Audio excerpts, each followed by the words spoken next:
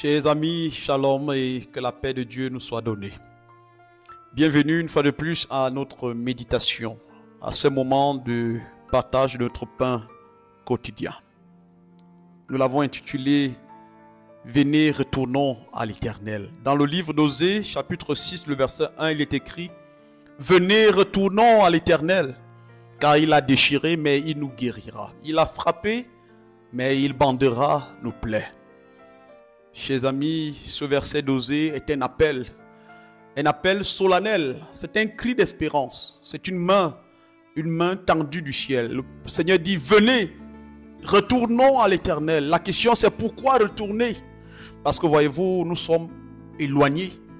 Le péché, la négligence spirituelle, les blessures parfois de la vie, même l'hypocrisie religieuse ont souvent arraché certains à leur source.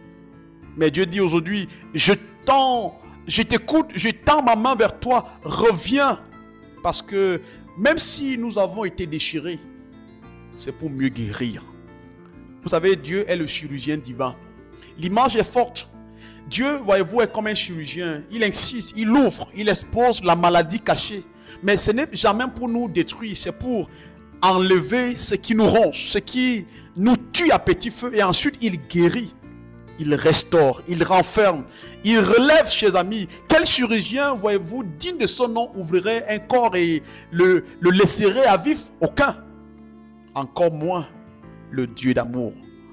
Vous savez, la loi avant la grâce, la croix avant la gloire. Il y a une logique, voyez-vous, divine dans l'histoire du salut. D'abord, la loi nous montre notre péché, puis l'évangile nous montre le sauveur. D'abord la croix, la souffrance, la repentance, puis la couronne, la paix, la vie nouvelle. Dieu nous laisse parfois passer par des brisements. Des brisements parce qu'il voudrait que nous puissions découvrir combien nous avons besoin de lui. Ce n'est pas de la cruauté, mais c'est de l'amour pur. Et comme un parent qui discipline, non pour punir, mais pour redresser, pour sauver. Ne fuyons pas avec nos plaies, mais revenons. Vous savez, certains, blessés par la vie, la famille, même l'église, veulent tout abandonner. Mais Dieu dit, ne fuis pas. Reviens à moi avec tes plaies ouvertes, avec ta culpabilité, ta honte, tes regrets, que sais-je. Parce que seul Dieu peut guérir ce que le monde a brisé. Jésus a dit dans Matthieu 11, 28, venez à moi, vous tous qui êtes fatigués et chargés, et je vous donnerai du repos. Il n'a pas dit, quand vous irez bien, venez. Non, il dit, tel que tu es, viens. Dieu ne restaure pas partiellement, chers amis. Il renouvelle tout. Il ne se contente pas de panser nos plaies. Il nous rend, voyez-vous, la vie. Il nous rend la joie, la dignité, l'avenir. Il nous le rend. Il fait de nous de nouvelles créatures, telles que nous pouvons le voir dans 2 Corinthiens 5, 17. Même si tu t'es éloigné depuis longtemps, même si tu penses que Dieu t'a oublié, même si tu ne te sens pas digne, je voudrais nous inviter à revenir. L'Éternel nous attend avec grâce, compassion, avec pouvoir. Prions. Seigneur, nous avons été blessés à un moment de nos vies.